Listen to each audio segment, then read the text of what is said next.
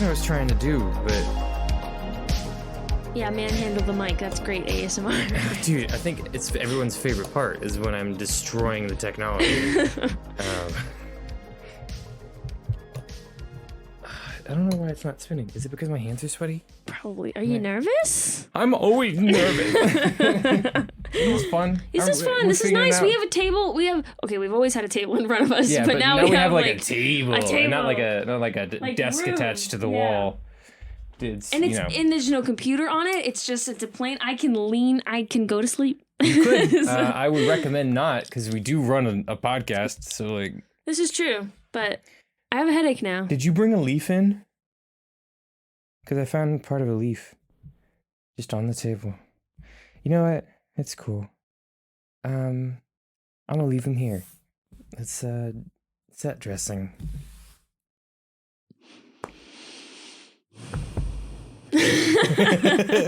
Visual bits, baby.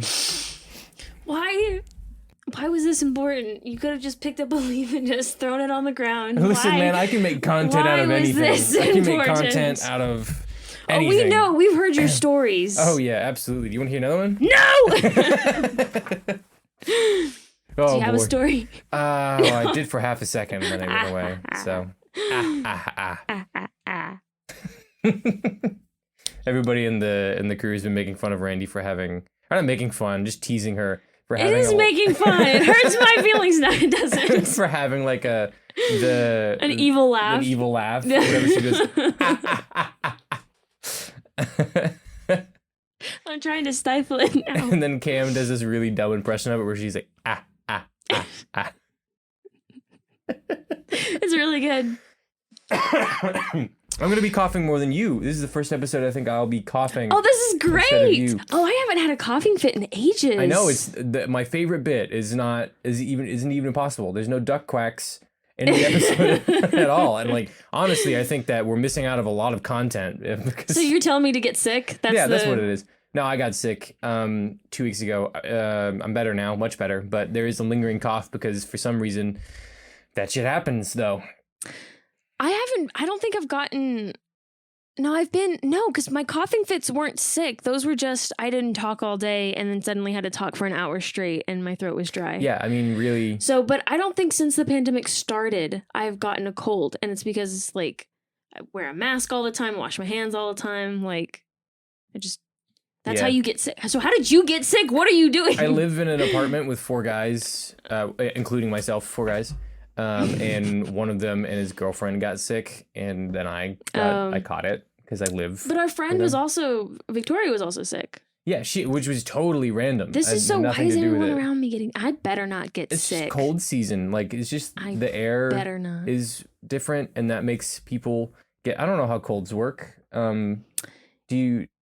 Is it because they call it a cold because people say you can get a cold just from being out in the rain? See, I don't believe that one bit. It makes no sense to me how being out in the rain can make you sick. Or like because my mom always told me like as a kid, like don't go out without any like socks or shoes because like the germs on the ground will get in your no, how does they get in your feet? How do they don't that one's an interesting one. I don't but even like what you're saying about the rain, like how do you get sick from that? I think it's just like because your body temperature's so low, like you just get the sniffles.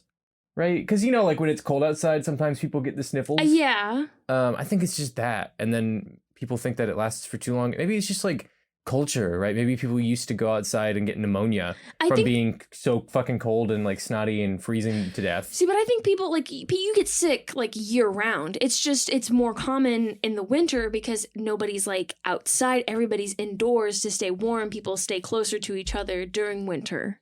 That could be it. I'm going to stick with the pneumonia one because I think that one sounds interesting. Okay. There's also the beginning of like school. Like, you get a lot of like, and that's because everybody's just coming off of summer and everybody's congregating again. So yeah. That's definitely part of it. I didn't even think of that. Like everybody's getting back together and that's why they call it flu season. Yeah, right? but now like we've been all back together for a month and a half. Why are suddenly everyone getting sick? Because it's just taking that long for everyone to get caught for up. it to go around. Yeah, it's been making its rounds. Yeah, now everybody's had it, and so now no one's gonna be able to have it anymore. I didn't. That probably means that when I get sick, it's gonna be real bad. Oh, it's gonna be bad. It's gonna be real bad. It was pretty rough for me for about a day, but like it kind of blew over after that, and now it's just like I just have to blow my nose like twice a day and then cough. Like I'm just nonstop. It's the worst. I mean, I think being sick was pretty bad, but like post sick for this long is just just feel gross. And it's even worse nowadays because like the culture around being sick has changed. Yeah. Because now it used to be like you could have a cough in sick. public and people would be like, "Ooh, he's got a cough." But like now it's like if you're sick in public, people will like give you like the side eye, like COVID. Like, excuse me, like, they'll get up and move away from you. No, it was just like, I mean, I think it was an upper respiratory infection, but not COVID because I've had my vaccine and also no one has had COVID around me, so I wouldn't. But who fucking knows? Maybe it was. You don't know. Maybe it was COVID. Maybe. I mean, I didn't. I should have gotten tested, but it went away before. Like I was like, oh, this is bad enough for me to get tested. You know. Yeah. But anyway, this is Media for the Intellectually Impoverished. I'm Taylor. I'm Randy. And this is the podcast that enriches your mediocre lives. It's been a while since we've said that. You realize this is the first time that we've recorded like an actual episode, just the two of us in months. Yeah, in a long time because but we so in August we recorded Pocket Changes, but this is going to be the first like episode in months, just the two of us, because we also have this week a guest episode is going up. Yeah. I was just thinking about that before I came in. I was talking to a friend while I was walking. I was like, yeah, it's exciting. We haven't had like an episode in a long time. So forgot how to do research. Oh my God, I did too. You did? It was bad. I have only one page and they're just like, if you go back on my notes, it's like pages and pages of like tedious notes. And then this one is just kind of scribbled all over the place in one page. So yeah, I mean, I think we're also just getting better at it. That's true. Like we don't need to take as many notes. I've noticed that like I used to have to take like notes about everything, but now like what I do is I'll talk through it with someone else that's not you, just for a minute, like to get some ideas. How dare I know. How dare I do podcasting correct? I don't talk about these things with anybody. Yeah, well, I mean, oh man, there's so many mean things I could say. There are, and I was waiting for it, and then you lost your chance. So nope. I'm not gonna be mean for the first time. Aw, thank you. Bitch. What are we talking about today, Randy? We're talking about children's media. Children's media? What is that? Media made for children. Holy shit, who could have guessed? This is so weird because now we have a table and eventually, like, we're getting ready to start, like, video recording. And so I don't know how to look at you or to look at, like, the imaginary camera because we're set up to look at a camera. But also it feels weird to just talk at the wall right now. Yep. I mean, it'll feel weird to talk at the wall when we're looking at a camera too. So. I don't think so. I think I'm pretty comfortable in front of a camera. I mean, that's kind of ironic considering your personality. No, in front of let me fix that because there's a lot of people who don't listening. Break your legs backpedaling. Don't. I'm in front of a camera. I'm okay in front of a camera in this setting because there's only the two of us in here, and then soon we'll have people monitoring. But that's fine. If I was in front of a camera on a set with 100 people in the crew, no. Mm-hmm. I can do 4 or 5 people max. Yeah. That's about it. Yeah. And even those people have to be like really close to, can't be strangers. Mm-hmm. So I think I'm going to go first this time. Okay. I'm going to volunteer myself to go first. Wow, that's first. That never happens because I hate you. That was uncalled for. This is what happened to being nice. I really thought about it and I was like, that's no fun. And that's it. I'm not going to argue with you because it is making fun of Randy's fun. I do it to myself. So there it is. You can put in your quacks now. No, quack. Okay. I'm talking about Super Mario Odyssey. I didn't have a whole lot of... At first, I was like, oh man, what am I going to talk about? I like how there are 5 things written down on your page of notes. 7. There are 7 things written down. 1, 2, 3, 4, 5, 6, 7. 7 things written down. I still did more research than you. Of course you did. Not more research. It's just thoughts. It's just a stream of consciousness. Anyways, there's gotta be like breaks. Oh, there is breaks. Yeah, because we keep moving the table. Yeah, you can click on the pedal. You just click the on button right there, and it'll put a brake on it, and then it won't move. Awesome. Now we can, cool. Yeah, nice. Now I can put my feet on it because that's what I was doing. Yeah, that's what was going on. Okay. Cool. We're figuring things out. You guys can't see it, but we're learning. I'm short. My feet don't touch the ground. I have to. You never. My feet don't touch. They do here, but in like other classes, when I sit down, my feet don't touch the ground. Anyways, talk about. Let's get on. Super Mario Odyssey, released by Nintendo in 2017 as a launch title for the Nintendo Switch. Children's media, right? So I was saying I was having a tough time trying to figure out exactly what to talk about, and I was like, well, who does games for just kids? Like, what games have I played that were made for kids in recent years since I've become like, someone that looks at things analytically. And I was like, the only thing I can think of is Nintendo, because I think everything they make is marketed towards kids in some way. Yeah. Right? Oh, I just hit the microphone. I'm a bad podcaster. I've already hit the microphone so many times. You hold the microphone. I don't think that counts. But yeah, like I have nails, and so I like. Oh, I can't wait to hear that. Scratch the microphone. Yeah, I love that. So yeah, Nintendo, I think, markets most of their stuff towards kids in the sense that, like, Nintendo is the family-friendly gaming company. Yeah. Right? That's the head of family-friendly gaming. The reason that I picked it was because I loved it. I mean, I think it's great. I think one of the things it does really well is, like, for kids media, like, you can't make it boring, especially in games, right? Yeah. It can't be boring. That's what I'm going to talk about as well. I mean, like, when you're talking about children, like, short attention spans, you got to really, like, be entertaining and bright colors and, like, everything. Bright colors. To get their attention. So keep their attention. So when I was talking about it, one of the things I based it off of my notes was, well, how do I qualify children's media? And I thought of things that I hate in children's media, and I was like, what does the opposite? I hate just lots of colors for color's sake. Yes. That makes me so annoyed, where it's just like, let's just throw colors, a shit ton of colors on the screen, and then, ooh, it's pretty, without any, like, semblance of art. Yeah.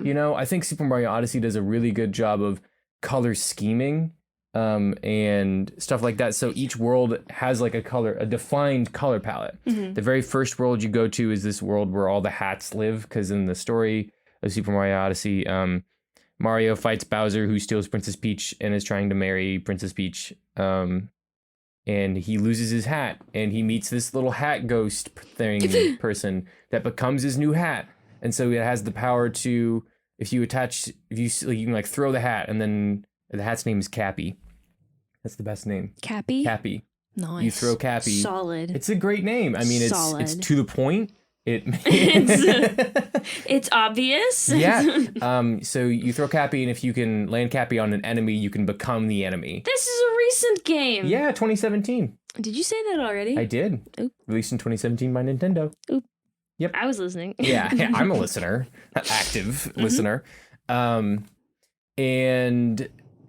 yeah, so the first world that you visit is Cappy's world, and it's like a ghost place. It's supposed to be like haunted ghosts, and so they have this very dark color palette. It's a lot of grays and blacks and dark blues, and it just, like, the art is colorful. Like, it's not taking away from it's pretty colors. It's an interesting color palette. It's attractive to children, right? But it's not overbearing. It's not annoying. Right? It doesn't like hurt my eyes to look at it. Yeah. Like some other things do. Not naming any names. Do it. I don't like the Trolls movies. I think those are disgusting. Ooh, interesting. Yeah. I think that their color palettes are disgusting. Have you seen the Trolls movies, or you just seen the trailers? I've seen the Trolls movies. Why? Because my mom wanted to watch them. I'm not gonna say anything. My mom likes to watch kids' movies. I'm not gonna say it. There's nothing wrong with that. No, there's nothing wrong with adults wanting to watch kids' movies. I am obsessed with Disney. It's just Trolls is an interesting choice. She liked it because it had music.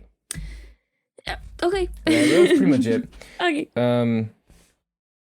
Yeah, and then another thing that obviously Mario is a really well-known character, so it's very easy to create a game for kids based off of a well-known character. Yeah. Like he's like the second most recognizable character, maybe third most recognizable fictional character in probably the entire world. I'd like to test that. You want to find that out? No, I mean, I would like physically, like, I'd like to like walk around the streets and be like, who is this? And see how many people are like Mario, and people are like, what the fuck are you doing? Yeah, how many people are like, get the fuck away from me and my kids. And just this random lady walking around with a photo of Mario, like, who is this? Who is he? Please. They've got my husband tied up.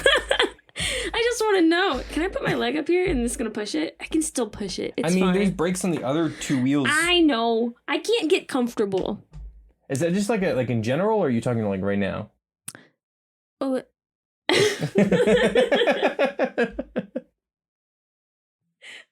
What's the difference? What do you- I'm trying to get comfortable because it feels weird, like because I have to look at you, but I can't turn.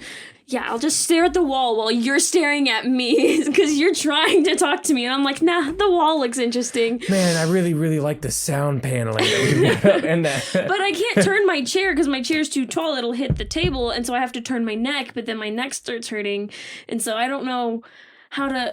Okay, just keep going. All right, I will. I'm sorry. I'm the one who keeps cutting you off. I'm trying to do a podcast here. I mean, come on. Have a level of professionalism. I can be professional. Oh, yeah. Do you want professional, Randy? Oh, God, I hate it. She's just sitting there, like, staring directly at the table, her arms crossed, holding the mic with two hands. Oh, it's gross. Well, at least she's not talking with her feet anymore. Fuck. Another thing is the game plays really simple, right? It's not a super complicated game. You just throw the hat, and then you can jump, and like the core mechanics are all you need to beat the game.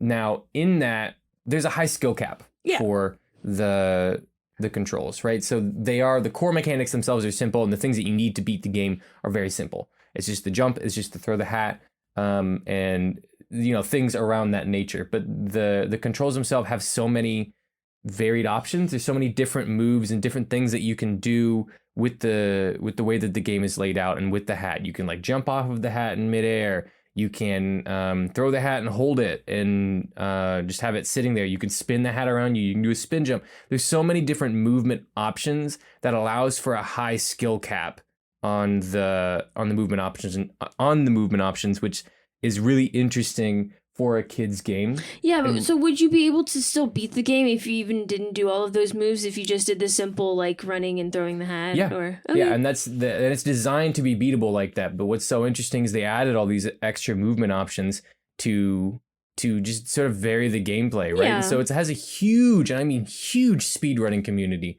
because of the ability to skip entire chunks of the game without glitching it at all, just using those movement options that were put in the game, right? Oh, okay, cool. And I think that's something that I think children's media should do, is it should find a way to appeal not to speedrunners, but to just fucking adults, right? Mm-hmm. Give adults something interesting to latch onto. And I think the thing that they do well is the movement and the controls. It's very satisfying to play. Another game that does this like movement thing really well is the Spider-Man games. And I can just sit there, and I will just sit there and swing around New York City as Spider-Man, do nothing in the game but swing around and then listen to a podcast. It's just there's something so satisfying about the movement. And when I was playing Super Mario Odyssey again earlier this week to prepare, by earlier this week, I mean today and yesterday. Because we're professionals. We know how to run a podcast. It's okay. I was just sitting, I played it on, Chris has a save file that is 100% complete. He's beaten everything. So I was like, hey, can I just play your save file so I can get some ideas of what to talk about? And I just sat there and I just ran around the map and did jack shit because it's just so fun to just move around. And it's so interesting how, as an adult or as a kid, that the movement options is something that's so universally attractive about a game. It just blows my mind, right? And the last thing sort of that I want to touch on before I kind of get onto the fun points is the story is really simple, right? So Mario has been saving Princess Peach for 50, 20, 35 years. 35 years. It's 36 years. It's more than that. Really? Mm-hmm. I'm pretty sure, because I remember Super Mario 35 was the... Let's see. Oh, I feel like Hey it's Siri, a lot. when did Super Mario Brothers come out? Super Mario Bros. Was published September 13th, 1985. Oh, wow. Okay. Yep. I don't know why.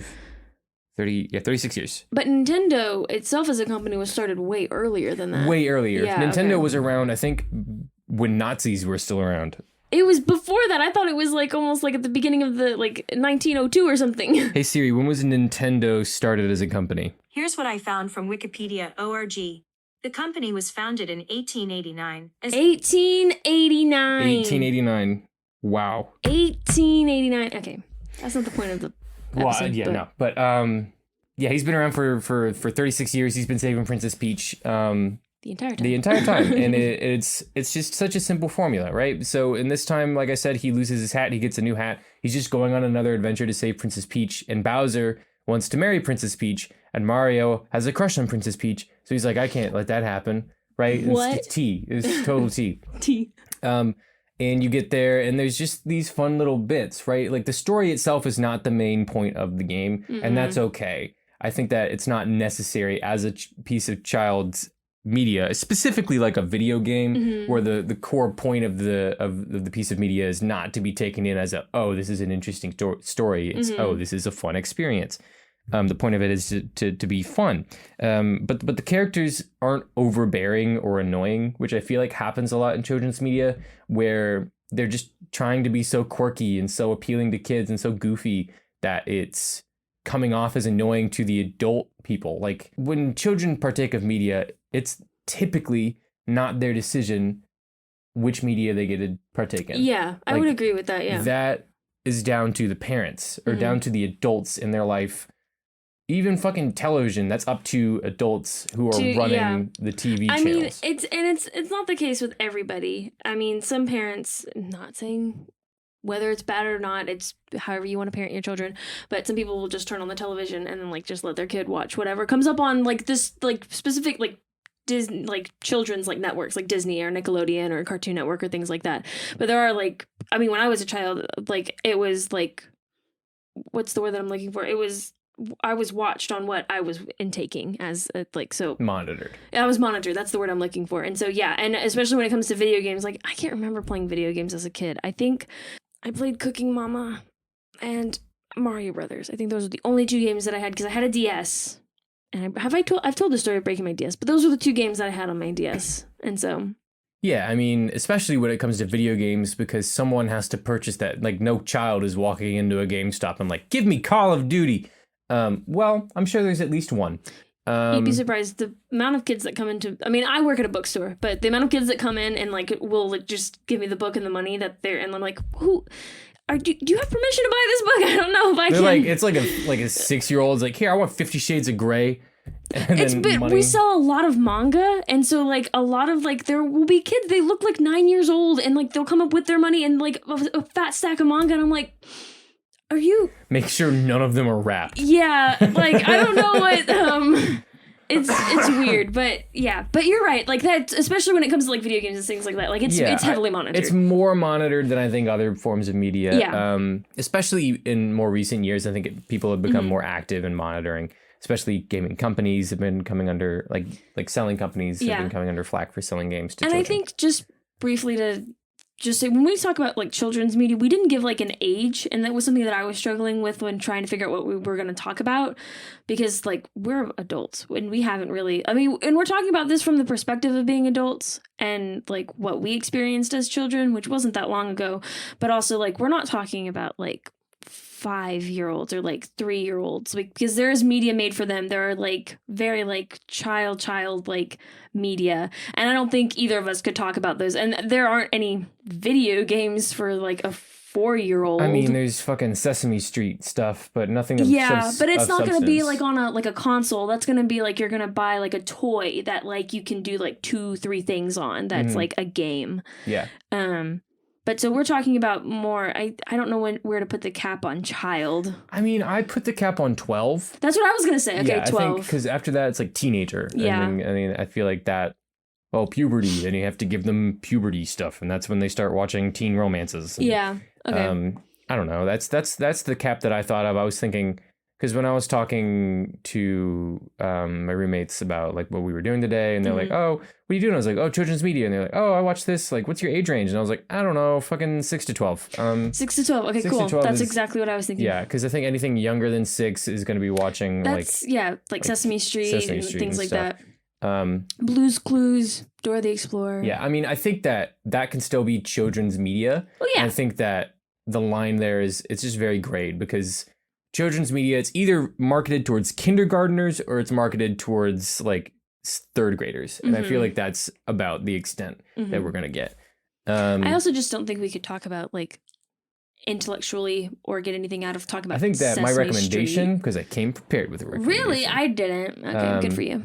I'll figure I that think out later. my recommendation is targeted towards younger kids, but it's still extremely, like, I can still talk about it intellectually. Okay, cool. Well, we'll get in that at recommendations. I'm Yeah. sorry to cut you off. I just felt like we needed to like have that caveat. Yeah, I think, but what I was saying is like the characters aren't, I mean, they're very simple, right? Mario just wants to go save Princess Peach. Bowser also wants to marry Princess Peach, and Princess Peach doesn't have feelings for either of them in that way.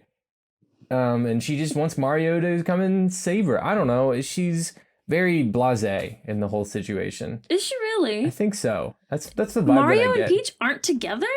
I don't think canonically now. I'm pretty sure that they wanted that at one point, but I think now it's just sort of they're like good friends and there's Okay, a that's love triangle. weird. That's the vibe that I caught when I played it. Children's game. A children's game. Love triangle. Oh my goodness. So yeah, I think that a lot of children's media can struggle with attempting to be cute, attempting to be quirky, but not quite knowing where to draw the line, right? And then that becomes so uncomfortable for the adults who are purchasing the media or watching the media with the kid. Because I think that you have to make children's media accessible or at least likable or tolerable. I think, is the very bare minimum. For adults to watch or partake in. Otherwise, like, there's going to be no engagement in your media at all from the adult side, and that's not good because those are the people that are making the kids watch it or having the kids play it, or and so I think it's important that you make it accessible or tolerable for those adults, or if not, like, specifically, like, engageable or enjoyable for them. I just think it's sort of a waste of potential in media when it's just like, oh, pretty colors, pop music, trolls. But it's not even just that. Like, I get what you're saying, but also, like, and that's why I wanted to define an age range, because I think you can cross the line where, like, that whole, like, we've not clearly, but we've defined it from 6 to 12 years old, and that's a very specific age range. And below that, again, it's the Sesame Street. It's these, like, educational kind of, like, shows that you'd watch. And I think a lot of the time when you're marketing towards children, all of that just kind of gets, like, grouped in together.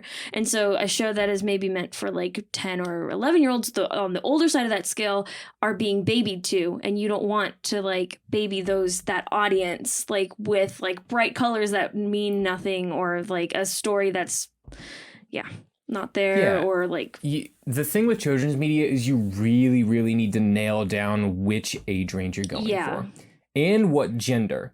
Yes, because I think it's important in media, if you're pandering towards young girls, they're not going to enjoy the same thing that young boys enjoy, and vice versa. And even with, like, inclusion of, like, genderless stuff and like that, like, just bare minimum, like, you need to pin down who exactly you're pandering towards, because that without an audience you can't make media. I think that is one of the bare minimums of going into creating something. You need to know who your audience is, because, like, how do you attract those people? How do you get those people to engage with you if you don't know who they are? And I think children's media has a problem with that, and trying to do too much and trying to include, say, like 3-year-olds to 12-year-olds all in one group. And then it's just like, either you're going to lose the 3-year-olds because it's becoming too dark and gritty, or dark and gritty, as gritty as a kid's show can get. I will talk about it. It's getting too dark for those younger kids, or it's being too babied for the older kids. And it's just, if you can nail down, like, oh, I'm doing this for like I don't know, 9 to 12-year-old like boys, or 9 to 12-year-old boys and girls. Even if you choose to do something for boys and girls, if it's, or any gender at all, like, as long as you know that and you define that, then it's easier for you to create. Because, like, girls don't like fart jokes as much as guys like fart jokes. If you have a bunch of fart jokes, chances are you're not going to get as much female involvement, right? And if you're pandering towards females, then it's not gonna Romance. It's not gonna go. Yeah. So You want romance. that's my spiel with kids media. I could go on for hours. I mean, I have questions like, is it necessary to have morals in kids media? Like, is it necessary to? I don't think it is. I think because I was talking about. We could have also talked about commercials. We could talk about commercials. Oh. There's so much. There's a lot there's a because lot. that's a big deal right now. Is like I feel like recently I heard about like a lawsuit against a lot of like toy companies and stuff because they were putting like subliminal messages into their like commercials for like that are geared towards kids, and like is that like morally like ethical, and like it was that could be a whole another topic. Good God, it's just like kids are so impressionable. Yeah. And if you're making media for those kids, you have to keep that in mind, right? Mm-hmm. That what you're putting into these kids' heads could be there forever. Like you grew up watching Disney movies. You still fucking watch Disney movies. Love Disney movies all the time.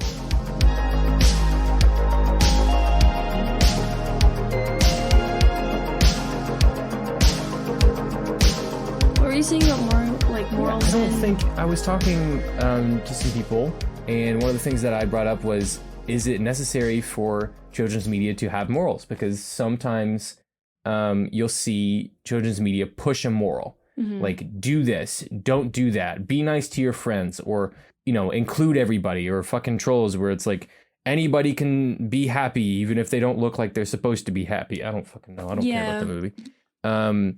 Is it necessary for children to have morals pushed on them, or can children have purely entertainment for entertainment's sake? And it was split half and half. Some people were like, oh, as children, you should be learning how the world works, so we need to have morals in our media so you can teach them these things. I'm like, but no, is it the responsibility of entertainment to teach children their morals? See, here's the thing, because you're asking a very specific question, and you do this a lot where you add the word necessity into the question. Is it a necessity to have morals in children's media? No, I'm going to say, because you say no, right? I'm going to agree with you. No, it's not a necessity. I think it's beneficial if there are morals placed, again, because I can see both sides. I can be like, yeah, they're children, they need to learn how the world works. Yeah, that's the responsibility of the parent. But also, if the parent's telling them one thing and they're watching media that's telling them a completely different thing, they're going to get confused, and they're not going to, then their morals are going to be, screwed up for the rest of their lives. And so, no, I don't think it's purely on entertainment. I think it's beneficial if children's entertainment includes morals. I mean, how would you go about making children's entertainment, for the purpose of entertainment? I mean, how do we make movies for the purpose of entertainment for adults? It's the same way. They all have messages in them. A message is different than a moral, right? I would say movies that push morals are they're like all the same story, right? Include these people because, well, I didn't think they were what they were. Yeah, I didn't think they were allowed in. Discrimination is bad, or It's shit like that. Mm-hmm. I think that when it comes to movies, can you not just tell a good story? Like Aladdin, right? Do you feel like there's a moral in Aladdin? Yeah, you're right. There's not really a moral in Aladdin, but is it a good story? Yes. Yeah, okay. Right? It's still a child's piece of media. I think that a lot of other Disney pieces might not quite fall into the same thing because they were fables first, and a fable is supposed to have a moral, right? Mm-hmm. But there are pieces of media that are considered children's media that are just pure entertainment pieces, and they're still children's media, and they're still amazing. Do they have to have morals? I feel like Hollywood is pushing this children needs morals, or they just need to be wacky, goofy shit, right? Yeah. It's it's either fucking Minions from Despicable Me, or it's Don't Discriminate. And those are the two movies that we're getting for children right now. Mm-hmm. So I think that's just my beef with the children's media, is that I don't feel like they're allowing for... Well, what's wrong with just the wacky stuff? I feel like it's just dumb. I mean, you could be making good, like I fucking said, Disney, Aladdin. Yeah. That is an amazing piece of media. It's made for children. It doesn't take away from the fact that it's also, I get what you're saying about wacky, but also Aladdin's pretty wacky. I mean, it's not wacky in the same way that Despicable Me's Minions stuff is wacky. Yeah. Right? That's just slapstick humor, but not good slapstick humor. Okay. I think that there's a line that you need to toe there. I think Looney Tunes is amazing slapstick humor, right? That's really well written slapstick humor, good pacing and stuff. And it doesn't feel the same kind of it's Minions again. Yeah. Right? It's just that kind of thing where it's just the same kind of stupid jokes over and over again, and it doesn't really go anywhere. Looney Tunes has the the fucking story. What was that called? The Rising. We figured out the story? name for it a while ago, and I forgot. Yeah, we're It has a good. 3-act structure. Is that what you're trying to say? 3-act structure, Yeah. right? Even though it's slapstick, it has that 3-act structure. It all builds up to this one point and then it ends. But I feel like it just like with minions and with the way that they're portrayed as just these whatever, they just do dumb shit and they don't stop doing dumb shit and then things go right for them because they keep doing dumb shit. Have you seen Minions? Yeah. Okay, I haven't. So I can't really speak on it because I can't. I mean, I just know from like all of like, I don't want to say that they're memes, but just like all of there's just so much Minion like crap out there. Like you see it in stores and online, the trailers, and just it's everywhere. And so I'm like, yeah, this is enough. We're good. You were supposed to be just in Despicable Me, and like that was it. Why do you have your own thing now? It's the worst. So I haven't seen it, so I can't speak to exactly like how wacky it is. I wonder. Well, if you're saying there's no like morals or any message in it, then yeah, I'll believe you. But I'm sure I could find one. I just don't think. I think that it's either morals or it's dumb slapstick. No, I get what you're saying, and I see the distinction between the two. But I also think, I don't know. I think you can find meaning in almost anything. That's true. I mean, and that is like a core philosophical thought about media that people debate on, right? Is there meaning? Should there be meaning in every piece of media? And well, not just should. I think there is. I think every story you tell, you have some agenda. You have something that you are trying to say with that story. You don't think so? I mean, Killer Clowns from Outer Space. You've brought that up before, and that's the one like thing that I'm like, okay, yeah, that's the one that doesn't have a purpose to it, I guess. Okay. So I'm sorry. I have to. No, it's warning the human race against killer clowns from space. That's what it is. That's the message.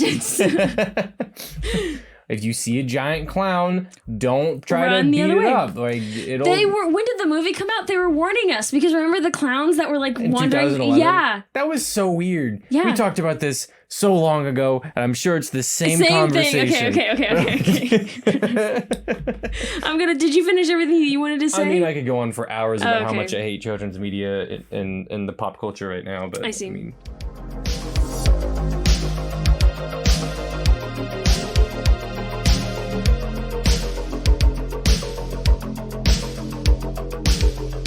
continue. Do your thing.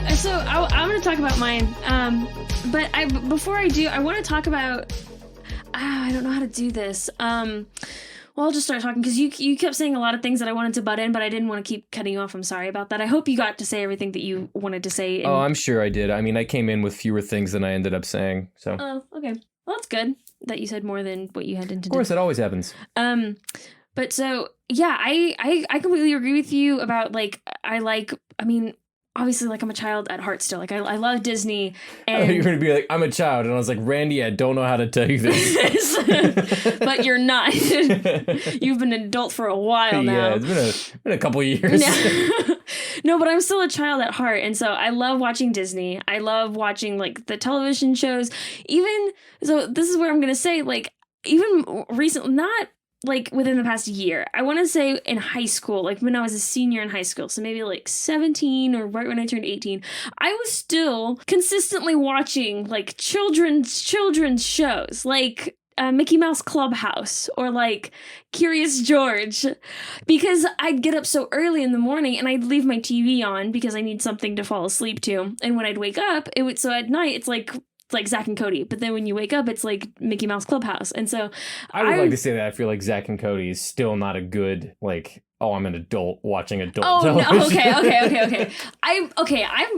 We know that I like watching Disney, okay? I know, so anything on Disney. The way you phrased it was like, oh, at night, they're playing the adult shows like Zack and Cody. But then in the morning, it's Mickey Mouse Clubhouse. And wow, but there's the a tone distinction. shift there. No, there's a distinction between those two because Zack and Cody, again, is geared towards a older audience. Older boys, I would say. Than Mickey Mouse Clubhouse is. Yes, I would agree. But I don't want you thinking that you're all high and mighty because you're sitting there watching Zack and Cody. You're like sitting there as an adult with like your 30 plush animals from my Disney, Squishmallows. and you're just like watching Zack and Cody like, I'm an adult.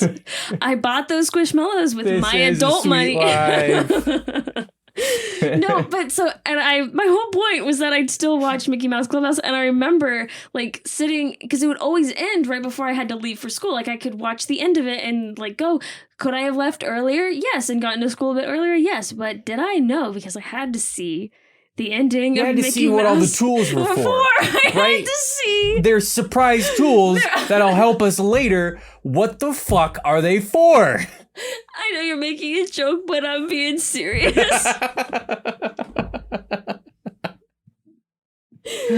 It must be my OCD or mental illness or whatever. You just sit there. You missed it one day, and you're just sitting there in your class, and you're just like, I gotta know. I gotta know. What was it for?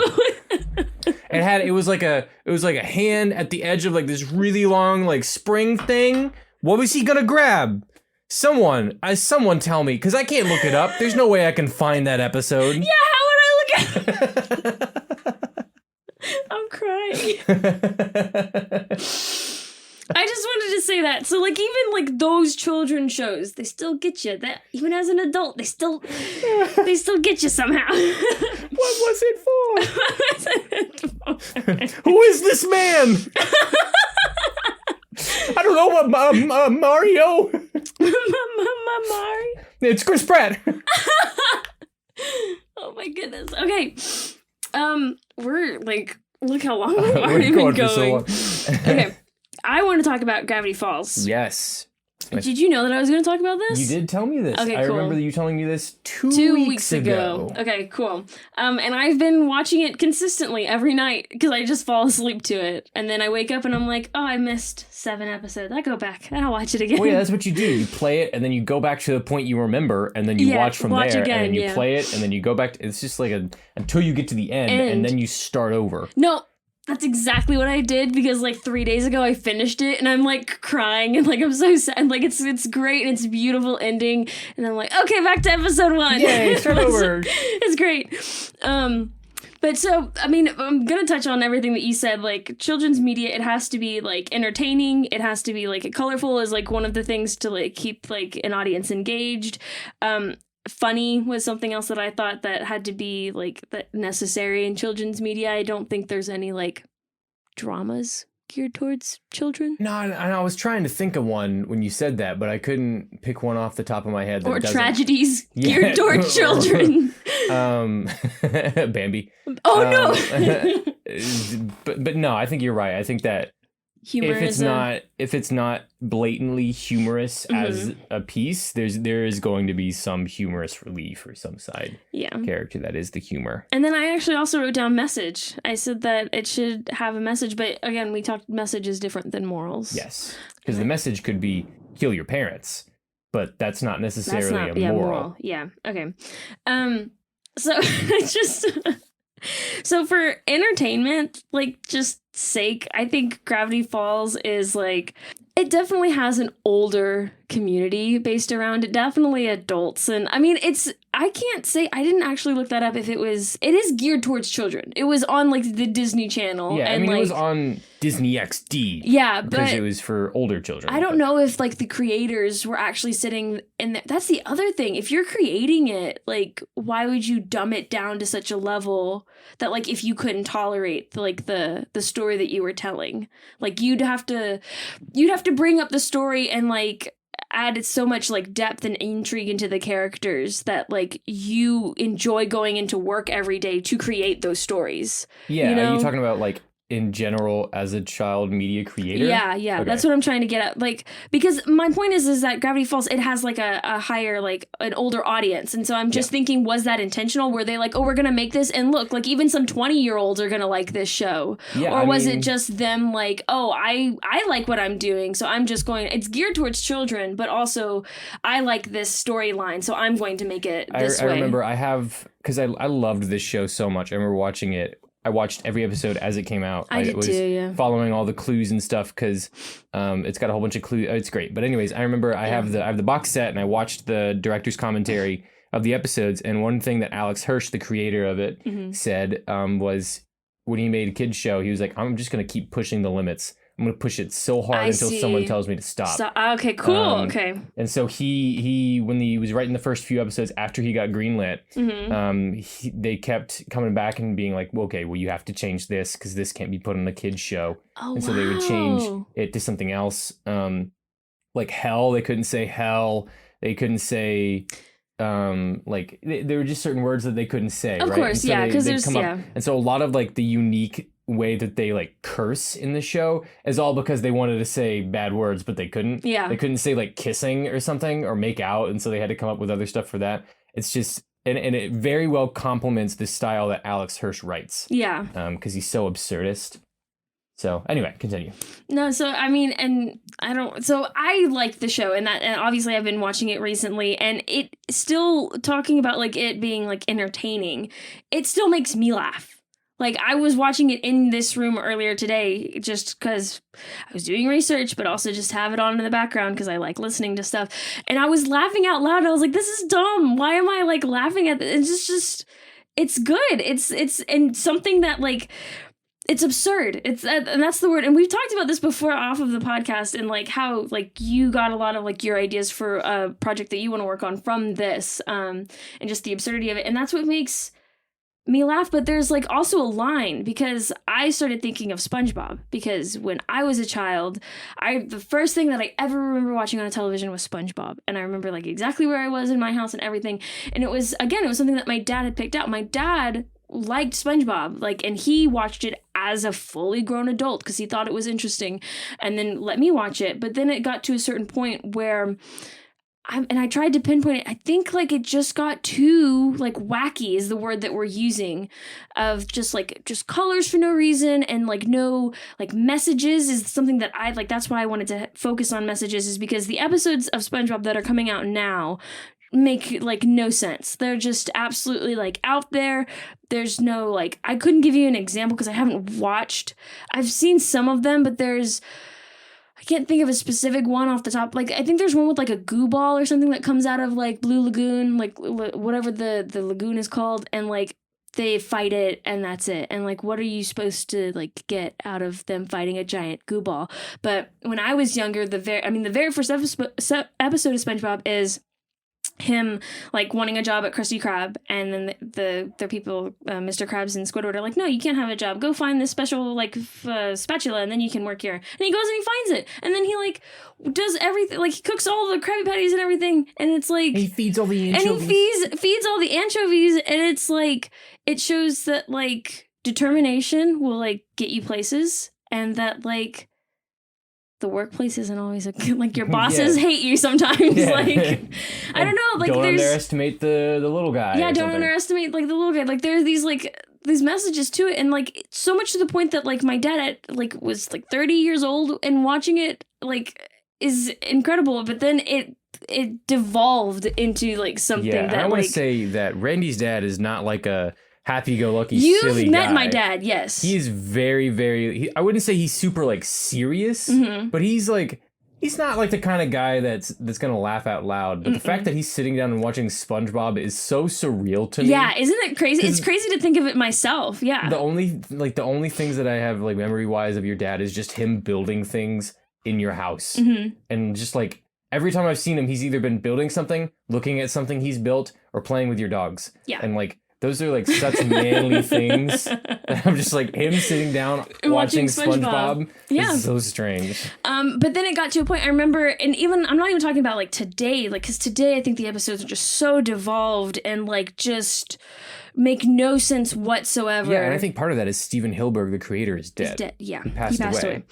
And so now they can take the show wherever they want. But even when by the time that I got like maybe 8 or 9, like. Then it was even too much for my dad to continue watching. Like, we'd turn on SpongeBob and he wouldn't want to watch it anymore. He'd like, can we watch something else? And we were like, but you love SpongeBob. And it's like, because even at that point, you could already see like it slowly like devolving into something else. And I think children's shows, like, they have the tendency to go on for a really long time. And like, just because that's, I don't want to say it's easy to make children's media, but it's like, it's something that you're always going to have an audience for. And it's not just that it's easy to make children's media. It's once a piece of media for children takes off, that's it. Like, they can just like the people will come back for the characters Yeah. and not necessarily for the media. Yeah, exactly. And it's the same thing I think with Mario, but Mario's like a bad example because I think all Mario games are somewhat good, Mhm. right? It's there are pieces that are bad and like fucking Mario Paint or some shit. I don't know. So that's the distinction. So like it goes on for way too long, and that's something that Gravity Falls, like they had 2 seasons and they did so much in 2 seasons. Yeah, no. So I just wanted to, going back to like SpongeBob and everything. The whole point of that was to just like to find the boundary between like wacky is what we've been calling it and like absurdity, because I find like absurdity and Gravity Falls like hilarious. Like there's with the episode that I was watching, it had like a lifeguard dancing in the background, like just like really like robotically, and I thought that was the funniest thing in the world. Like I was like, that's so, why is that there? It's perfect. It fits the show. Just keep it back. He can stay there the whole episode. It's just, so there's a difference between like just doing. Are you? I'm just thinking about a bunch of different bits from the show now, and I'm laughing at all of them. They're just, it's good. It's really funny. Another thing that I want to talk about is just the animation is like so good. Like there's some scenes that you can tell like took a lot more effort. Like it's a lot smoother. And that they're specifically like in the theme, like song and the theme, like what is that? Is it just the theme or like what do you call like I don't know, the intro? The intro, I guess. It's not the theme song. It's like the title, like the images that come up with them.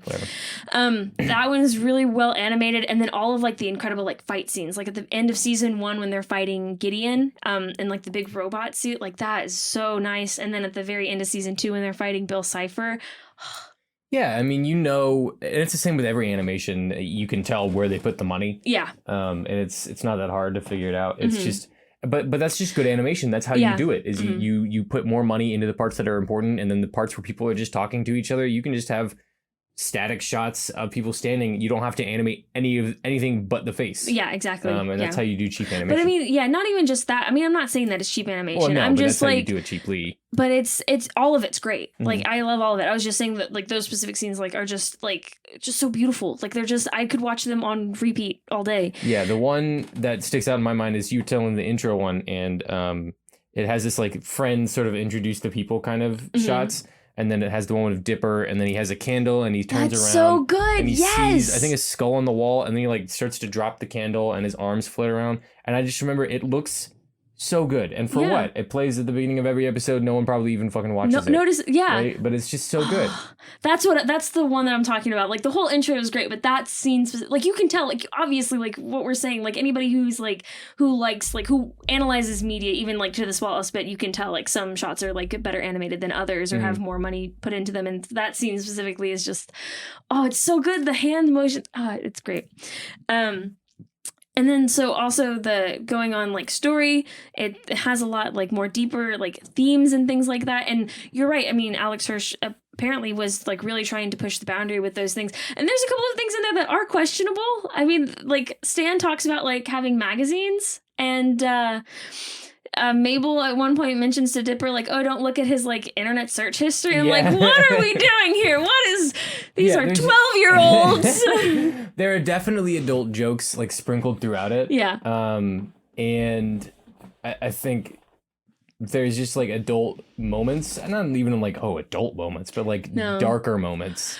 Yeah, but there's no like violence in it or like drama or like the most violent. I was watching the end of season 1, and Gideon like is in this big like robot suit. He's like the bad guy for the first season, and he like hits Dipper, and Dipper's like nose starts bleeding, and I'm like, it's serious now when a character has blood. Yeah, and that's probably like I don't know how often you can see characters bleeding on Disney Channel. No, I would say like that is probably the only time. And even then it was like the smallest like little red dot under his nose. It wasn't like it was gushing blood or anything. Yeah, it's that sort of sticks out. And then mid season 2, there's a scene with this ghost lumberjack, and they're in a room filled with, or Dipper's in a room being haunted that's filled with like trophies, like animal trophies.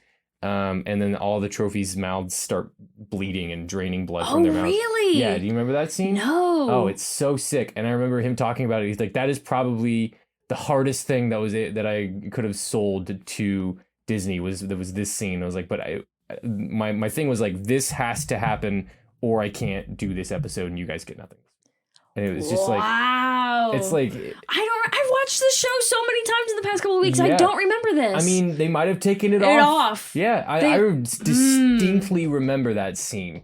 Distinctly. I was just about to say that I wonder if they took it off, like, because I haven't seen that. And I'm thinking about, I don't know if this is the same episode, but they have passing mentions to Nightmare on Elm Street. Yeah. They have, and it's just like, it's so well written for adults as well. It is, it's not... And, like, I wish we had brought a child onto the podcast with us to, like, discuss from their perspective, because we can only discuss from adults' perspective. And even when the show was coming out, it was in 2012, so I was 11 years old. I was 12, 13. We were right on the cusp of what we're talking about being a child, so we can't even really get into, like, what it's like for a child to experience this. Yeah, I mean, we haven't even touched on the show itself. Alex Hirsch was obsessed with codes. And, like, all of the ciphers and everything that are in it. The show is filled to the brim with secret codes.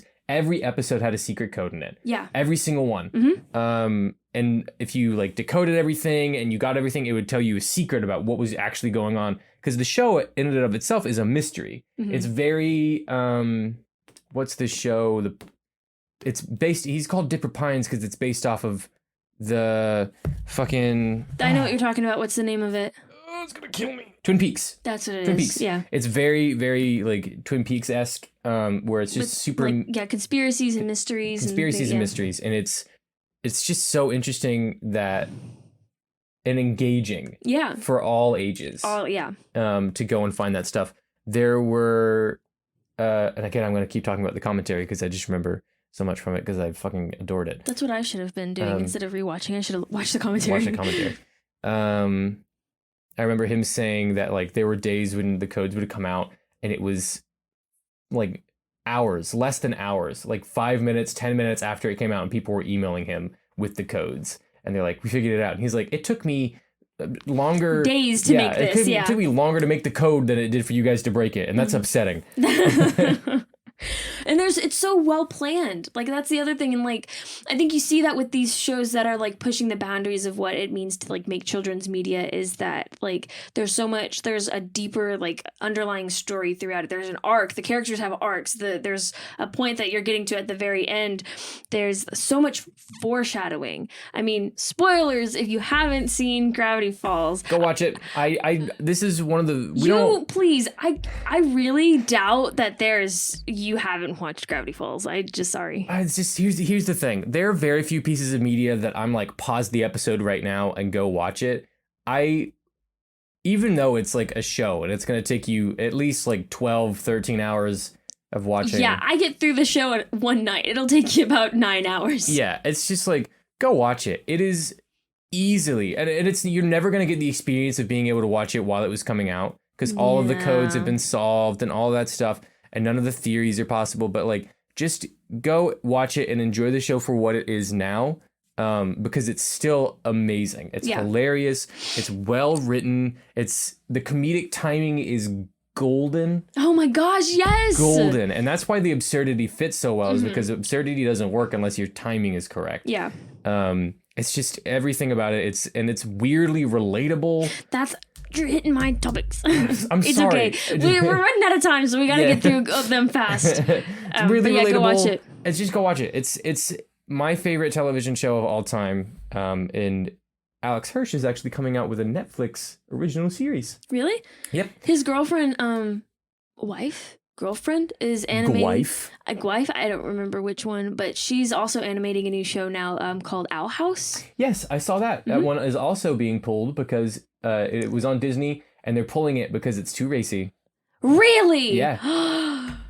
Yeah. Wow. Yeah, Disney is mad. Disney's mad because at first it was Gravity Falls, and then like now the Owl House is being I don't remember if it's being too LGBTQ, and that's not like, and Disney's weird. Or if it's being weird. Or if it's just being too too adult. I don't know. I don't remember. I just remember reading somewhere that it was. I didn't know that it was taken off of Disney. I don't think it's taken off, but they're definitely pushing hard against it right now. I see. Okay. Interesting. And that's what I remember reading. No, but so go back to Gravity Falls, pause the episode, watch it, and come back. Okay, spoilers.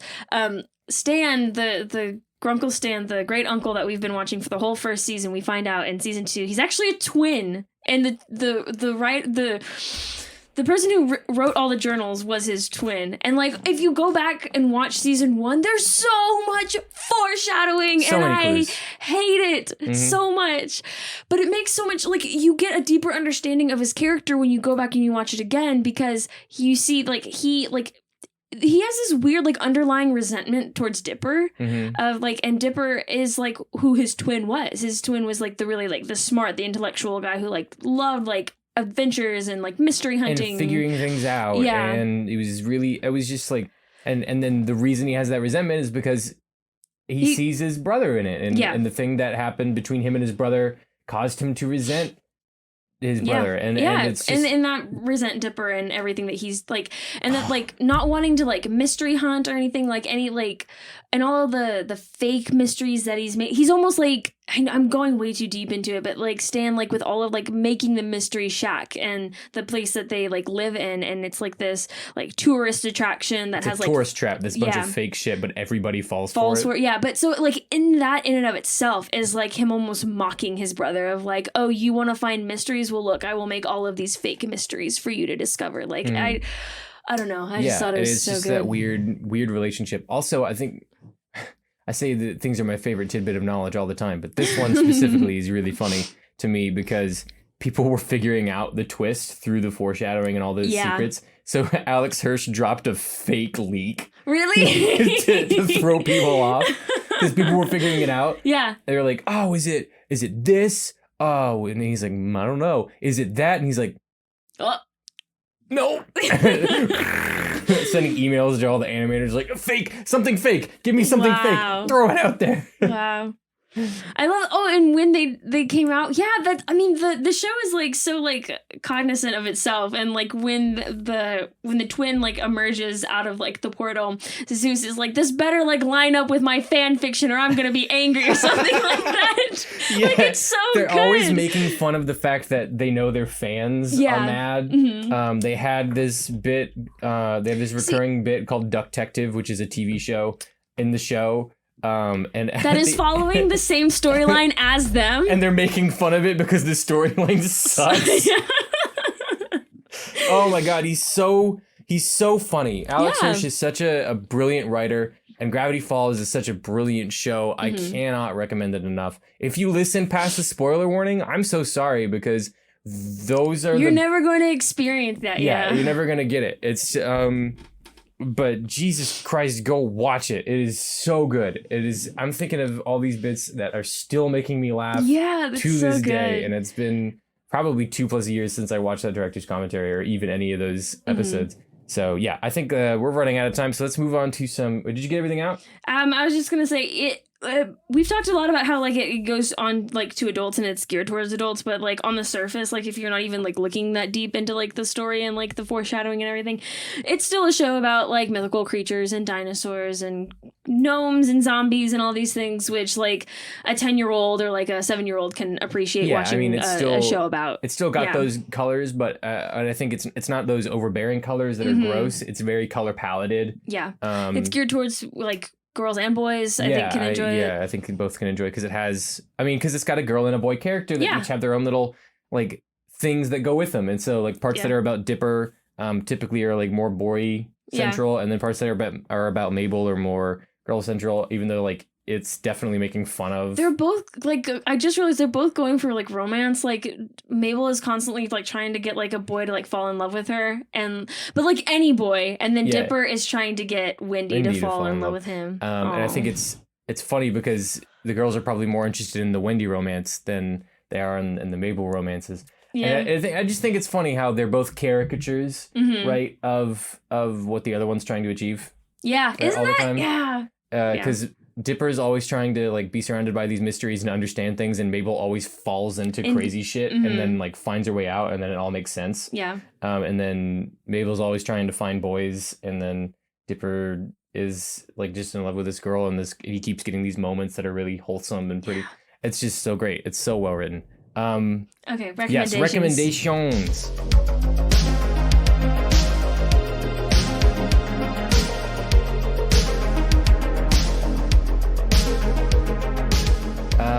I'm going to recommend something that was told to me by some people I was talking to earlier today. Bluey. Have you heard of Bluey? I have. Yes, it is geared towards more of the kindergarten age of children's media. But from what I've heard, and from what I've seen, I was gonna say I've seen like bits on like Instagram and things like that. It's really, really well done. It's sort of one of those. I don't want to compare it to Peppa Pig because Peppa Pig sucks ass. What? Oh my god, it's so terrible. I hate Peppa Pig. Peppa Pig. Well, go die in a hole. I hate it. It's Peppa Pig is the annoying version of Bluey.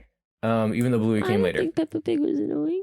She is. You watch it now. I know. Probably if I watch it now, I just remember it through like a child's eye. Yeah.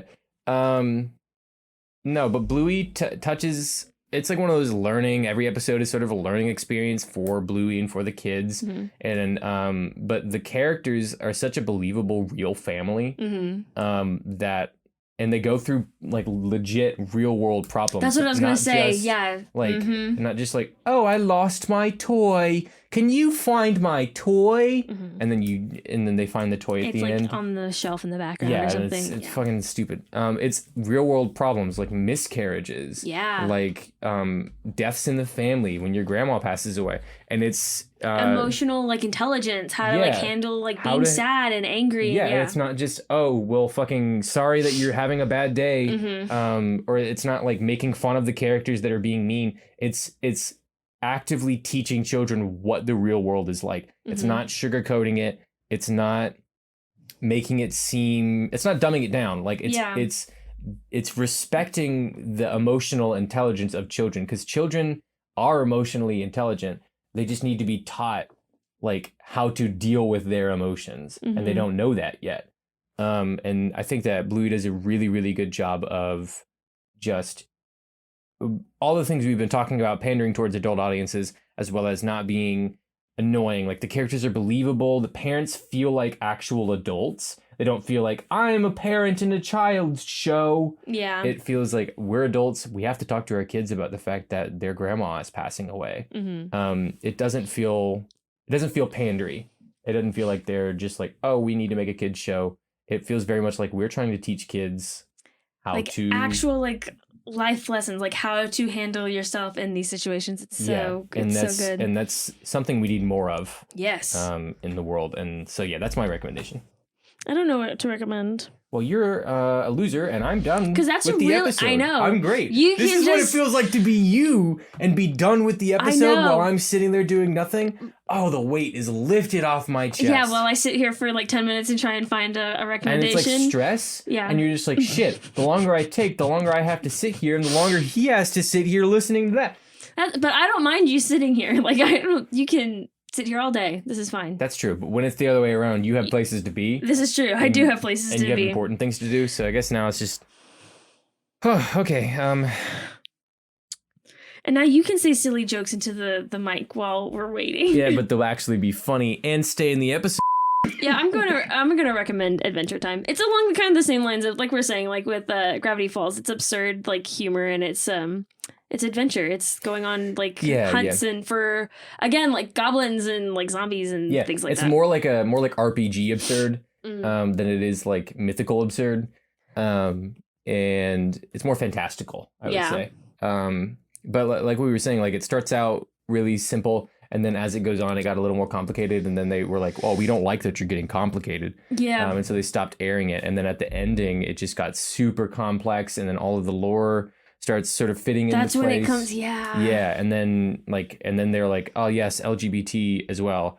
But we know you guys didn't like that, but suck it. But here it is. Yeah. We're gonna do it anyways. And then now it's had a couple spin-offs. It had a spin-off, like I think movie or small series, miniseries, with Princess Bubblegum and Marceline, as well as a BMO spinoff where BMO is doing his own thing. That's cool. So yeah, I mean, Adventure Time is great. I think it's another good example of solid, absurd comedy. I don't think that one's for like everyone. I feel like that one's a very specific type of humor. But yeah, I would say I'd say it's more of a specific type, more of a niche, but it's also really, really well written in some aspects. There are definitely those episodes where you can tell like the main writers were just like, okay, someone go do this. I need to deal with Cartoon Network. But yeah, so thanks so much for joining us on this intellectual journey, guys. Are you good? Yeah, I'm looking up The Adventure Time Stakes. It came out in 2015. Yeah, I think remember so. I don't this. know. Maybe it's either that. It was pretty There's recent. also Fiona and Cake, but that's not really like a spin-off. They just had a couple of episodes. I think they're actually spinning that off into a Hulu Is it series. really being? Yeah. I think Hulu's picking that up. But HBO Max. HBO Max. That's what I meant. Mm-hmm. I know what I said. I'm a... Cool. Yeah, it is. It's going to be a thing. Yeah. That's cool. But yeah, Okay. so thanks for joining us on this intellectual journey. I said that again. Bye. Bye.